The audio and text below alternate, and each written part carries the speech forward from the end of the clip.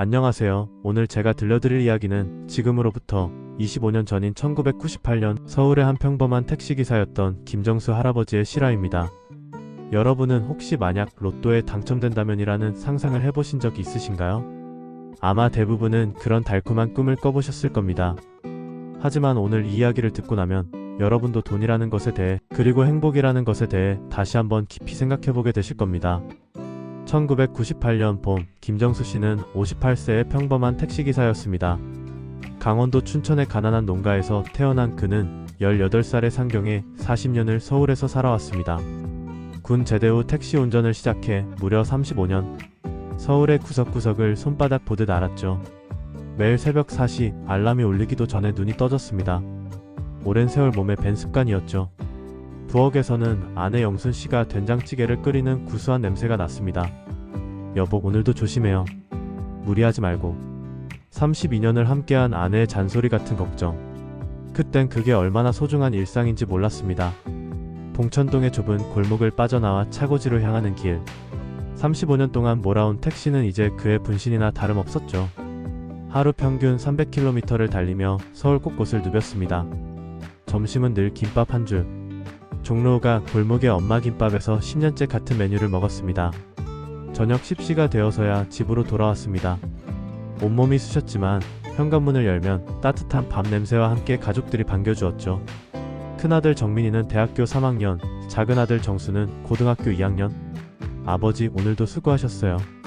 아들들의 인사에 하루의 피로가 싹 가시는 기분이었습니다. 매주 토요일 그에게는 작은 낙이 있었습니다. 바로 로또 한 장을 사는 것. 동네 복권방 대박나라의 단골이었죠. 5,000원짜리 종이 한 장에 일주일의 희망을 걸었습니다. 토요일 저녁 8시 35분 온 가족이 TV 앞에 모여 로또 추천 방송을 보는 것도 김씨네 가족의 작은 행사였습니다. 1998년 5월 23일 토요일, 그날도 평범한 하루였습니다. 아침부터 비가 부슬부슬 내렸죠. 택시 기사들에게 비 오는 날은 대목입니다. 손님이 평소보다 2배는 많았으니까요. 저녁 8시 30분 여느 때처럼 온 가족이 TV 앞에 모였습니다. MBC 로또 추천 방송이 시작됐죠. 진행자의 멘트와 함께 공이 하나씩 뽑히기 시작했습니다. 첫 번째 번호는 7번. 김씨는 로또 용지를 꺼내 확인했습니다. 7번 있네. 두 번째 번호는 14번. 이것도 있어. 김씨의 목소리가 조금 떨리기 시작했습니다. 세 번째 번호는 23번. 이때부터 온 가족이 숨을 죽였습니다. 아내 영순 씨가 남편의 어깨를 꽉 잡았죠. 네 번째, 29번, 다섯 번째, 35번. 맞아. 다 맞아. 김 씨의 손이 떨려 로또 용지가 바르르 떨렸습니다. 마지막 여섯 번째 번호는 41번. 잠시 정적이 흘렀습니다. 아무도 말을 하지 못했죠. 김 씨가 떨리는 목소리로 말했습니다. 전부 다 맞았어. 뭐라고요? 진짜요? 큰아들 정민이가 로또 용지를 빼앗아 다시 확인했습니다. 아버지, 진짜예요. 1등이에요. 온 가족이 부둥켜 안고 울었습니다. 32년 만에 첫 가족 여행도 못 가본 가난한 가족에게 찾아온 기적. 1등 당첨금 1억 2천만 원. 1998년 당시로는 어마어마한 금액이었습니다. 서울의 작은 아파트를 살 수 있는 돈이었죠. 이제 고생 끝이야. 영순아, 이제 고생 끝이야. 김씨는 아내를 꼭 안으며 울었습니다. 평생 고생만 시킨 것이 미안했던 것입니다. 당신도 이제 택시 그만 몰아도 돼요. 건강이 제일이에요. 아내도 눈물을 흘리며 말했습니다. 그날 밤 김씨 가족은 한숨도 자지 못했습니다. 앞으로 뭘 할지, 어떻게 살지 밤새 이야기꽃을 피웠죠. 아버지, 저희 제주도 여행 가요. 엄마 금목걸이도 사드리고. 꿈같은 계획들이 쏟아져 나왔습니다. 월요일 아침, 김씨는 양복을 차려입고 농협 본점으로 향했습니다. 창구 직원도 깜짝 놀랐죠. 1등 당첨이십니다. 축하드립니다. 세금을 제하고 실수령액은 9,600만원. 통장에 찍힌 숫자를 보며 김씨는 실감이 나지 않았습니다. 첫 번째로 한 일은 20년 된 낡은 택시를 반납하는 것이었습니다. 김선수, 진짜 그만두는 거야? 차고지 사장이 아쉬워했습니다. 네, 이제 좀 쉬려고요. 35년간 함께한 택시를 보며 김씨는 묘한 기분이 들었습니다. 시원섭섭하다고 해야 할까요? 다음은 집을 옮기는 일이었습니다. 봉천동의 좁은 전셋집에서 20년을 살았는데 드디어 내 집을 갖게 된 것입니다. 신림동의 작은 아파트였지만 처음으로 갖게 된 내 집이었죠. 여보, 우리가 진짜 아파트에 살게 됐네요. 아내 영순 씨는 새집 거실에 서서 눈물을 흘렸습니다. 결혼 30년 만에 아내에게 첫 금목걸이를 선물했습니다. 에이, 이런 거 왜 사요? 아까워서. 뭐가 아까워? 당신이 그동안 얼마나 고생했는데. 종로 금은방에서 산 18K 금목걸이. 아내는 쑥스러워하면서도 거울을 보며 연신 만져봤습니다. 가족 여행도 다녀왔습니다. 32년 만에 첫 가족 여행은 제주도였죠. 비행기를 처음 타본 아내는 아이처럼 들떠 있었습니다. 와, 구름 위를 날아가네. 4박 5일 동안 김씨 가족은 꿈같은 시간을 보냈습니다. 하지만 행복한 시간은 그리 오래가지 않았습니다. 소문은 빠르게 퍼졌죠. 김씨네가 로또 당첨됐대. 동네 사람들, 친척들, 심지어 수십 년 동안 연락 한 번 없던 사람들까지 찾아오기 시작했습니다. 자, 형, 나 사업 하나 하려는데 좀 도와줘야겠어. 처남이 찾아왔습니다. 형님, 우리 애가 대학 등록금이 없어서. 이웃집 박씨도 왔죠. 김 사장, 우리가 얼마나 오래 알고 지낸 사이인데 1,000만 원만 빌려줘. 동창들도 줄을 이었습니다. 처음엔 거절하기가 어려웠습니다. 평생 가난하게 살아본 김씨는 어려운 사람들의 마음을 누구보다 잘 알았으니까요. 그래, 얼마 안 되지만 도움이 됐으면 좋겠네. 하나둘 돈을 빌려주기 시작했습니다. 로또 당첨 6개월 후 김씨의 일상은 완전히 바뀌어 있었습니다. 매일 아침 4시에 일어나던 부지런한 사람이 이제는 낮 12시가 되어서야 겨우 일어났습니다. 할 일이 없었으니까요. 40년을 일만 하던 사람이 갑자기 할 일이 없어지니 그 빈자리를 채운 건 술이었습니다. 여보, 또 술이에요? 이제 그만 좀 마셔요. 아내의 잔소리가 시작됐습니다. 에이, 조금 마시는 건데 뭘 그래. 처음엔 소주 한두 병이었지만 점점 양이 늘어갔습니다. 어느 날 동네 친구 최씨가 제안을 했습니다. 김 사장, 심심하지? 나랑 경마장이나 가자. 그게 시작이었습니다. 처음엔 재미 삼아 만원, 2만원 걸던 것이 점점 액수가 커졌습니다. 어차피 돈은 있으니까 라는 생각이 김씨를 망치고 있었죠. 강원랜드 카지노도 가기 시작했습니다. 초보자 행운이라는 게 있대. 친구들의 꼬임에 넘어간 김씨는 첫날 500만원을 땄습니다. 봐, 내가 뭘 했어. 김 사장은 복이 있다니까. 하지만 그게 함정이었습니다. 두 번째, 세 번째 방문에서는 잃기만 했습니다. 하루에 1,000만원씩 날리는 날도 있었죠. 다음엔 따겠지, 다음엔. 도박의 늪에 빠진 사람들이 하는 전형적인 생각이었습니다. 집안 분위기도 차갑게 식어갔습니다. 아버지, 요즘 왜 그러세요? 큰아들 정민이가 걱정스럽게 물었습니다. 괜찮다. 걱정하지 마라. 하지만 김씨의 얼굴은 날로 수척해져 갔습니다. 술과 도박 그리고 스트레스가 그를 갉아먹고 있었죠. 빌려준 돈도 문제였습니다. 3,000만원 가까이 되는 돈을 이리저리 빌려줬는데 돌아온 건 단 한 푼도 없었습니다. 조금만 더 기다려줘. 꼭 갚을게. 다들 그렇게 말했지만 연락조차 끊긴 사람들이 대부분이었죠. 여보, 통장에 돈이 얼마 안 남았어요. 아내가 불안한 목소리로 말했습니다. 로또 당첨 1년 만에 9,000만원 중 7,000만원이 사라졌습니다. 괜찮아, 아직 2,000만원이나 있잖아. 김씨는 애써 괜찮은 척했지만 속으로는 불안했습니다. 1999년 겨울, 김씨는 마지막 승부수를 던졌습니다. 이번만 따면 다 회복할 수 있어. 남은 2,000만원을 들고 강원랜드로 향했습니다. 3일 밤낮을 카지노에서 보낸 끝에 김씨는 빈손으로 돌아왔습니다. 통장 잔고는 0원. 로또 당첨금 1억 2천만원이 불과 18개월 만에 모두 사라진 것입니다. 여보, 미안해. 김씨는 아내 앞에서 무릎을 꿇었습니다. 돈이 다 어디 갔어요? 우리 앞으로 어떻게 살아요? 아내는 망연자실했습니다. 새로 이사한 아파트 대출금도 아직 남아있었고 관리비며 생활비는 어디서 구해야 할지 막막했습니다. 아빠, 정말 다 없어진 거예요? 막내 정수가 울먹이며 물었습니다.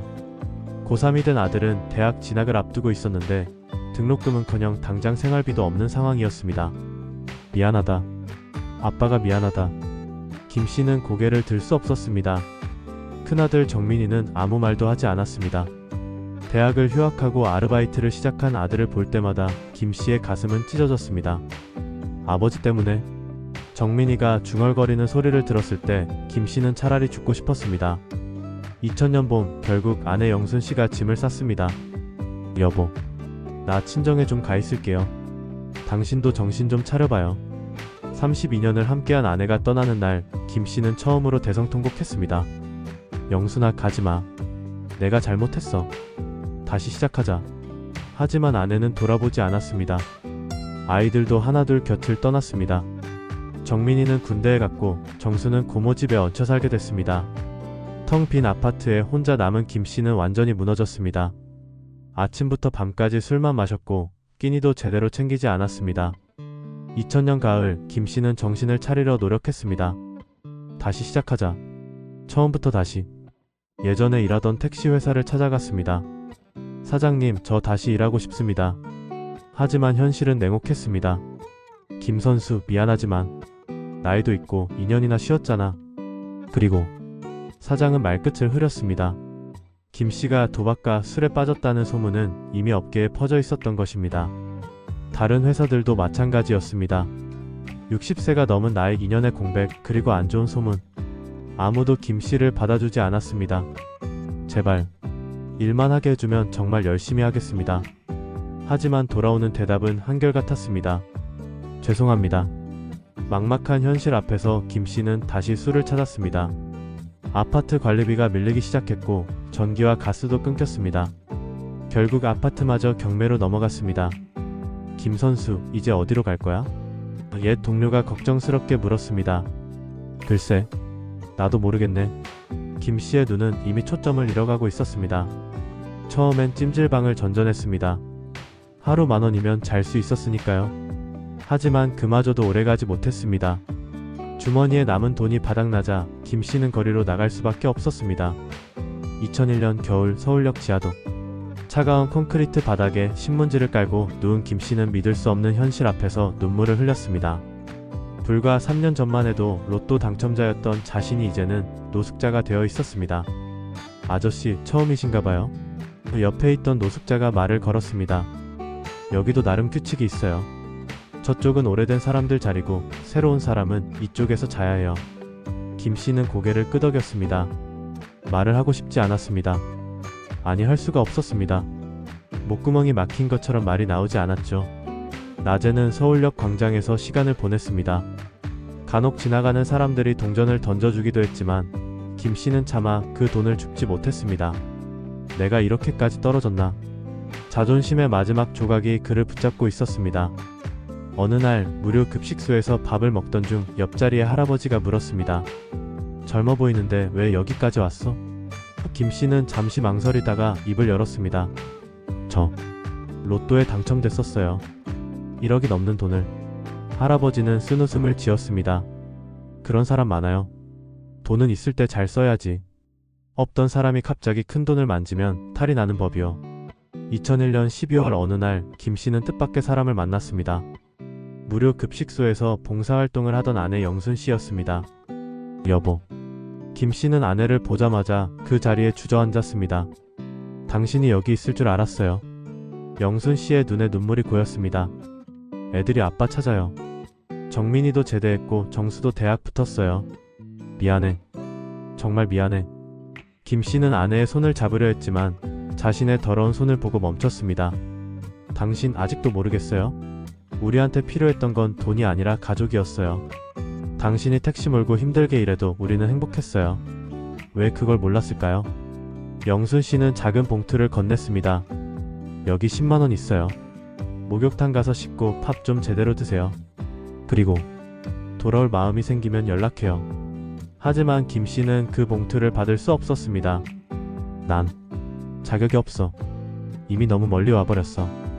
김씨는 고개를 숙인 채 자리를 떠났습니다. 영순씨는 남편의 뒷모습을 보며 한참을 울었다고 합니다. 그날 밤 김씨는 한강다리를 찾았습니다. 차가운 바람이 얼굴을 때렸지만 이상하게도 마음은 평온했습니다. 내가 정말 바보였구나. 그는 혼잣말을 했습니다. 다리 난간에 기대어 지난날을 떠올렸습니다. 새벽 4시에 일어나 아내가 끓여준 된장찌개를 먹던 아침. 낡은 택시를 몰며 서울 곳곳을 누비던 하루하루. 저녁에 돌아와 가족들과 함께 먹던 소박한 저녁 식사. 그때는 몰랐습니다. 그게 진짜 행복이었다는 것을. 한 장의 복권이 내 인생을 바꿨다고 생각했는데 사실은 내가 스스로 모든 걸 망친 거였어. 김 씨는 쓴웃음을 지었습니다. 다음날 김 씨는 오랜만에 펜을 들었습니다. 떨리는 손으로 편지를 썼습니다. 사랑하는 영순, 정민, 정수에게 내가 늦게나마 깨달은 것이 있다. 행복은 통장 잔고에 있는 게 아니라 함께하는 사람들에게 있다는 것을. 매일 아침 일어나 일하러 갈 수 있다는 것이 얼마나 큰 축복인지를. 저녁에 돌아와 가족과 함께 밥을 먹을 수 있다는 것이 얼마나 소중한지를. 1억이라는 돈이 나를 부자로 만들어줄 거라 생각했지만 오히려 나는 모든 것을 잃었다. 돈도 가족도 나 자신도. 정민아, 정수야. 아빠가 너희에게 남길 수 있는 건 이 교훈뿐이다. 큰 돈을 바라지 마라. 대신 매일 성실하게 살아라. 일할 수 있음에 감사하고 가족과 함께 할 수 있음에 감사해라. 영순아, 32년 동안 고마웠다. 당신은 내게 최고의 폭권이었는데 나는 그걸 몰랐다. 용서해줘. 이제 나는 너무 멀리 와버렸다. 돌아갈 수 없는 길을 걷고 있다. 하지만 너희는 행복하게 살기를. 그게 내 마지막 소원이다.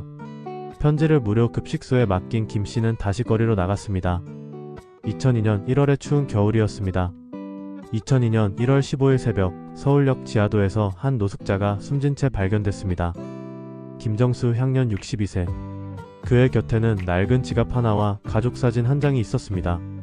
로또 용지도 한 장 있었는데 번호는 적혀있지 않았습니다. 장례식은 조촐했습니다. 하지만 예상외로 많은 사람들이 찾아왔습니다. 그가 택시를 몰던 시절의 동료들, 엄마 김밥의 주인 아주머니, 동네 이웃들 모두가 로또 당첨 전에 김정수 씨를 기억하고 있었습니다. 성실한 사람이었어요. 늘 웃으면서 인사하던 분이었는데 비오는 날엔 꼭 우산 없는 손님을 태워다 주셨죠. 큰아들 정민이가 아버지의 영정 앞에서 말했습니다. 아버지, 이제야 알겠습니다. 아버지가 택시를 몰며 우리를 키워주실 때가 우리 가족의 진짜 황금기였다는 것을요. 막내 정수도 눈물을 흘리며 말했습니다. 아빠가 로또에 당첨되지 않았다면 우리는 지금도 행복하게 살고 있었겠죠. 돈이 아빠를 데려간 거예요. 영순 씨는 남편의 마지막 편지를 품에 안고 오열했습니다. 여보, 당신은 이미 용서받았어요. 우리가 진짜 원했던 건 돈이 아니라 당신이었어요. 김정수 씨의 이야기는 언론에 보도되면서 많은 사람들에게 충격을 주었습니다. 로또 1등 당첨자, 3년 만에 노숙자로 사망. 이 충격적인 제목은 우리 사회에 큰 반향을 일으켰죠. 한국도박문제관리센터의 통계에 따르면 로또 고액 당첨자의 70%가 5년 내에 파산한다고 합니다. 이혼율은 일반인의 4배, 우울증 발병률은 3배에 달합니다. 왜 행운이 불행이 되는 걸까요? 전문가들은 이렇게 말합니다. 갑작스러운 부는 준비되지 않은 사람에게는 독이 될 수 있습니다. 돈을 다룰 줄 모르는 사람이 큰 돈을 갖게 되면 그 돈이 오히려 그 사람을 삼켜버립니다. 김정수 씨의 아내 영순 씨는 남편의 죽음 이후 노숙자 지원 활동을 시작했습니다. 남편의 죽음이 헛되지 않기를 바랍니다. 돈보다 소중한 것이 무엇인지 사람들이 깨달았으면 좋겠어요. 여러분, 김정수 할아버지의 이야기를 들으시고 무엇을 느끼셨나요? 혹시 지금도 로또 당첨을 꿈꾸고 계신가요? 그렇다면 한 번 더 생각해보세요. 진정한 행복이 무엇인지, 진짜 부자가 무엇인지를. 김정수 씨가 마지막으로 남긴 말이 있습니다. 가족이 최고의 복권이었는데 나는 그걸 몰랐다. 여러분의 복권은 무엇인가요? 혹시 지금 곁에 있는 가족, 친구, 그리고 평범한 일상이 아닐까요? 오늘 하루도 일할 수 있음에, 가족과 함께 저녁을 먹을 수 있음에 감사하며 사시기 바랍니다. 그것이 김정수 할아버지가 우리에게 남긴 마지막 선물일지도 모릅니다. 여러분, 긴 이야기 끝까지 들어주셔서 감사합니다. 김정수 할아버지의 이야기는 비록 슬픈 결말로 끝났지만 우리에게 많은 것을 생각하게 합니다. 이 이야기를 듣고 한 가지라도 느끼신 것이 있다면 오늘 집에 가서 가족들을 한 번 더 안아주세요. 오늘도 함께 해줘서 고마워라고 말해주세요. 그것이 김정수 할아버지가 우리에게 전하고 싶었던 메시지일 겁니다. 다시 한번 말씀드립니다. 당신의 진짜 복권은 지금 당신 곁에 있습니다. 그것을 놓치지 마세요. 김정수 할아버지처럼 너무 늦게 깨닫지 마세요. 이 이야기는 실제 사례들을 바탕으로 재구성한 것입니다. 개인정보 보호를 위해 이름과 일부 상황은 각색되었지만 로또 당첨 후 몰락한 사람들의 실제 패턴을 그대로 담았습니다. 혹시 이 영상을 보시고 도박 문제로 어려움을 겪고 계신 분이 있다면 한국도박문제관리센터 국번 없이 1336의 도움을 요청하세요. 당신은 혼자가 아닙니다. 그리고 기억하세요. 인생에서 가장 큰 잭팟은 이미 당신이 가지고 있습니다. 건강, 가족, 친구, 그리고 오늘이라는 선물. 그것만으로도 당신은 이미 억만장자입니다.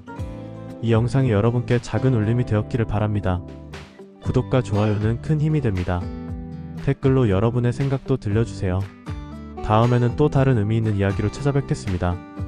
오늘도 평범하지만 소중한 하루 보내세요. 감사합니다.